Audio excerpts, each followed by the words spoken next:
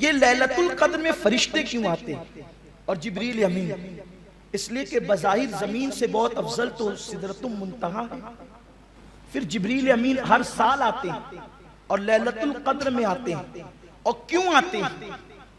جبریل امین اور سارے فرشتے سال بھر دعا کرتے ہیں، سال بھر دعا کرتے ہیں اللہ ہمیں زمین پر جانے کی اجازت دے تاکہ ہم زمین پہ جائیں اور جا کر کے ہم زمین پر ان لوگوں کے چہروں کی زیارت کریں جو ہم سے بہتر عبادت کرتے ہیں۔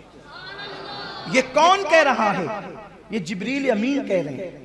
سید الملائکہ اور اسلام کا یہ متفقہ نظریہ ہے، تمام عالم اسلام کا یہ عقیدہ ہے کہ غیر نبی جبریل سے افضل ہو نہیں سکتا، کیونکہ جبریل فرشتوں میں رسول فرشتہ ہیں، یعنی کہ اللہ تبارک و تعالیٰ نے یہ فرشتوں کو، چار فرشتوں کو رسول فرشتہ بنایا ہے، جناب جبریل، میکائیل، عزرائیل اور اسرافیل۔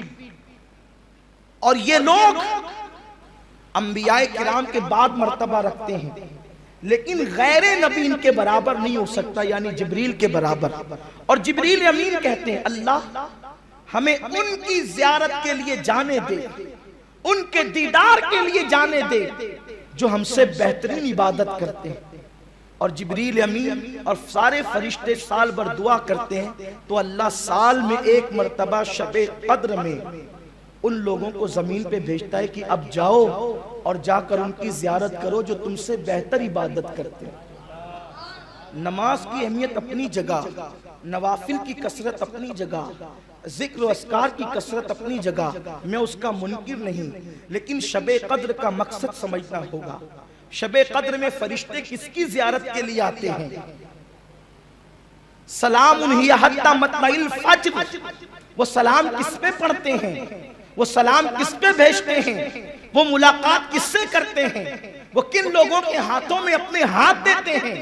وہ کن لوگوں کے لیے مغفرت کی دعائیں کرتے ہیں؟ میرے پیارے آقا صلی اللہ علیہ وسلم کے پیارے دیوانوں، مفسرین فرماتے ہیں کیا کوئی فرشتوں سے بہتر بھی عبادت کر سکتا ہے؟ اور جائے کہ جبریل سے بہتر کوئی عبادت کر سکتا ہے؟ ہمارے رکوع جبریل کے رکوع کی طرح نہیں ہو سکتے، ہمارے سجود جبریل کے سجود کی طرح نہیں ہو سکتے، ہمارا قیام جبریل کے قیام کی طرح نہیں ہو سکتا، ہماری تلاوت جبریل کی تلاوت کی طرح نہیں ہو سکتی۔ لیکن جبریل امین عرض کرتے ہیں اللہ مجھے ان کے پاس جانے دے جو مجھ سے بہتر عبادت کرنے والے ہیں۔ تو کیا ہمارا رکوع جبریل سے بہتر ہے؟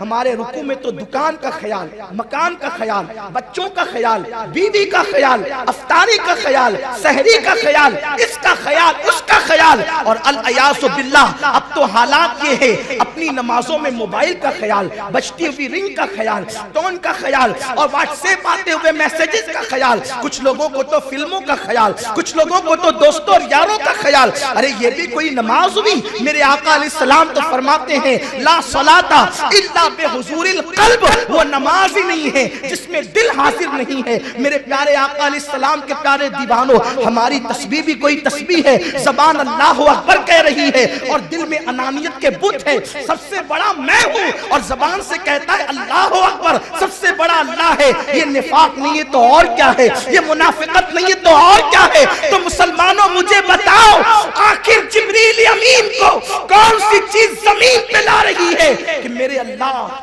مجھے ان لوگوں کے پاس جانے دے جو مجھ سے بہتر عبادت کرتے ہیں؟ اور اللہ انہیں سال میں ایک بار ایک ہی رات بھیجتا ہے زمین پہ لیلۃ القدر میں۔ تو میرے آقا علیہ السلام فرماتے ہیں وہ عبادت وہ ہے جو فرشتوں کے بس کی نہیں ہے۔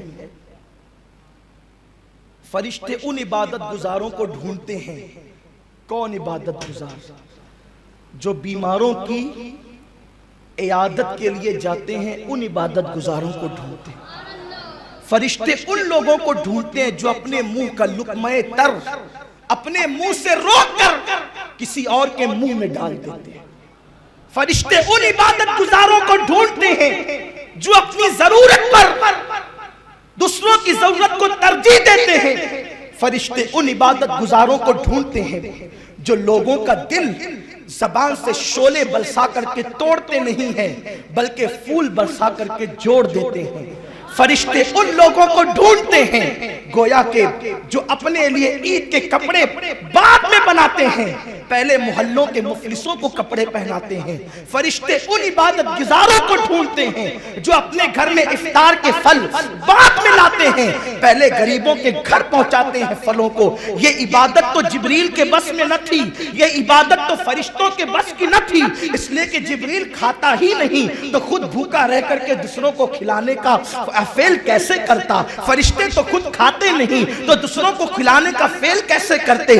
فرشتے تو بظاہر بیماروں کی عیادت کے لیے اپنا کاروبار اور کام دام چھوڑ کر جاتے نہیں، اس لیے کہ ان کا کوئی کاروبار نہیں، ان کے بیوی بچے نہیں، ان کے رشتہ دار نہیں، ان کے اہل و عیال نہیں۔ تو میرے پیارے آقا علیہ السلام کے پیارے دیوانوں، بڑی معذرت کے ساتھ شب قدر کی عبادت کو ہم نے صرف یہ سمجھ لیا کہ صلاۃ التسبیح پڑھنی ہوگی۔ حاجی صاحب آ گئے، جماعت کے ساتھ بھی صلاۃ التسبیح کا نظام قائم ہو گیا، اچھی سی بات ہے، لوگ باذوق ہیں، صلاۃ التسبیح پڑھ رہے ہیں، نمازیں پڑھ رہے ہیں، اور اس کے بعد جو ہے ہاتھ میں تسبیح لے کر کے بیٹھے ہیں، قرآن مقدس ہاتھ میں لے کر بیٹھے ہیں۔ لیکن پوچھو اس قرآن پڑھنے والے سے کہ تو جو تلاوت قرآن پڑھ رہا ہے، جو تو تلاوت قرآن کر رہا ہے، جبریل تجھ پہ سلام کیسے بھیجے گا؟ فرشتے تیرے لیے دعائیں مغفرت کیسے کریں گے؟ اس لیے کہ تو اپنی بہن کو سسکتا ہوا چھوڑ کر مسجد میں آیا ہے، تو اپنی ماں کو سسکتا ہوا چھوڑ کر مسجد میں آیا ہے، تو اپنے رشتہ داروں کا حق مار کر مسجد میں آیا ہے۔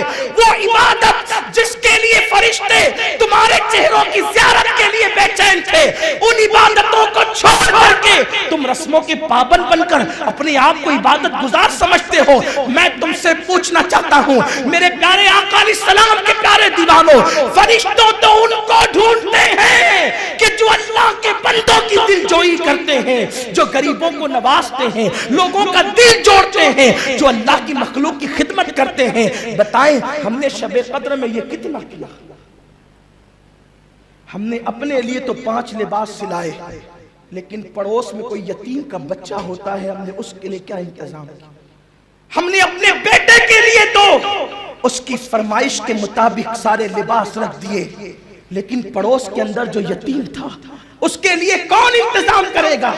ہم نے اپنی بیوی کے لیے تو درجنوں لباس کا انتظام کر دیا، لیکن اللہ اکبر، پڑوس میں جو بیوہ بستی ہے جس کے سر پر شوہر کا سایہ نہیں، اس کے لیے انتظام کون کرے گا؟ ہائے ہائے، لوگوں نے شب قدر کی عبادت کو کیا رنگ دیا ہے؟ شب قدر تھی کس چیز کے لیے؟ شب قدر تھی کس چیز کے لیے؟ میں یہ نہیں کہتا کہ عبادت نہ کرو، یقیناً یہ عبادت کی رات ہے، شب قدر عبادت کی رات ہے، لیکن صرف سجدوں کی نہیں، صرف رکوع کی نہیں، بلکہ اللہ کے مخلوق کی دل جوئی کی۔ آپ دیکھیں اللہ کے حبیب صلی اللہ علیہ وسلم نے سجدوں پر